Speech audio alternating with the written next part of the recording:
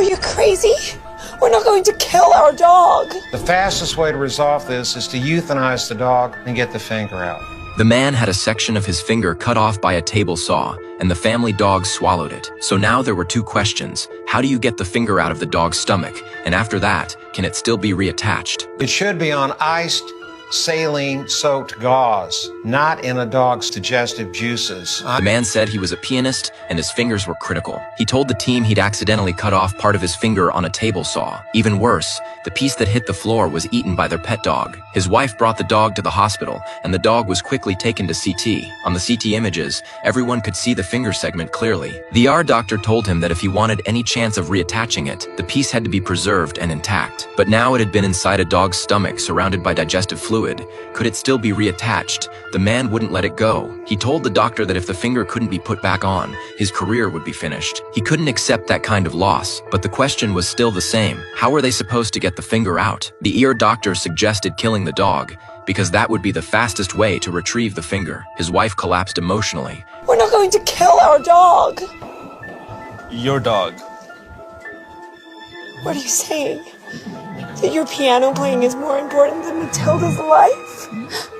Look her in the eye and tell her that.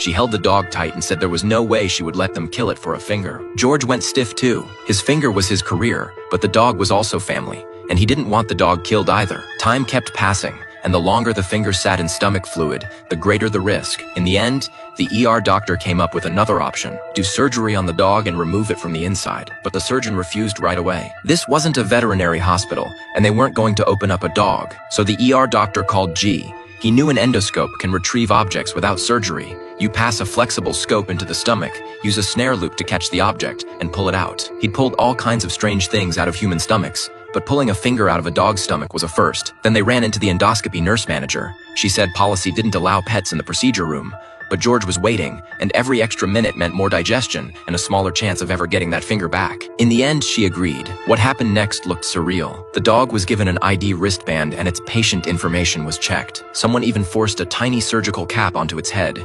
Then a pediatric scope went down into the dog's stomach. Once the snare found the right position, the finger was pulled out quickly. They rinsed and treated the finger right away, then sent it straight to the operating room. A few months later, George came back for follow-up with his wife and that same little dog. The finger looked okay, and he had already started practicing piano again.